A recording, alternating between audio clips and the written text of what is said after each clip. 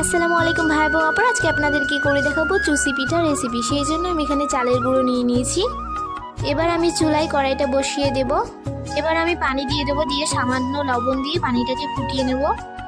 পানিটা ফুটে গিয়েছে, এবার আমি চালের গুঁড়োগুলো দিয়ে দেব। এবার আমি গরম পানির সঙ্গে আটাটাকে ভালো করে মিশিয়ে নেব। হয়ে গিয়েছে, এবার আমি একটা ডো তৈরি করে নেব। এবার আমি হাতের সাহায্যে এইভাবে চুষি পিঠাগুলো বানিয়ে নেব। চুলায় কড়াইটা বসিয়ে দিয়েছি, দিয়ে আমি দুধটাকে ছেঁকে নেব, দিয়ে দুধটা ভালো করে ফুটিয়ে নেব।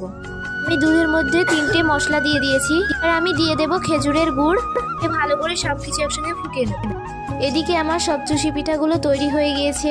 আমি সবগুলো এইভাবেই করে নিয়েছি, দেখেন কত সুন্দর হয়েছে। এদিকে আমার দুধটাও ফুটে গিয়েছে। এবার আমি সব চুষি পিঠাগুলো দুধের মধ্যে দিয়ে দেব, দিয়ে হালকা হালকা করে নাড়িয়ে নেব। আমার চুষি পিঠাগুলো হয়ে গিয়েছে। আজকের মতো এখানেই বিদায় নিচ্ছি। আমার রেসিপিটি ভালো লাগলে লাইক, কমেন্ট, শেয়ার এবং সাবস্ক্রাইব করে আমার পাশে থাকবেন। সবাই ভালো থাকবেন।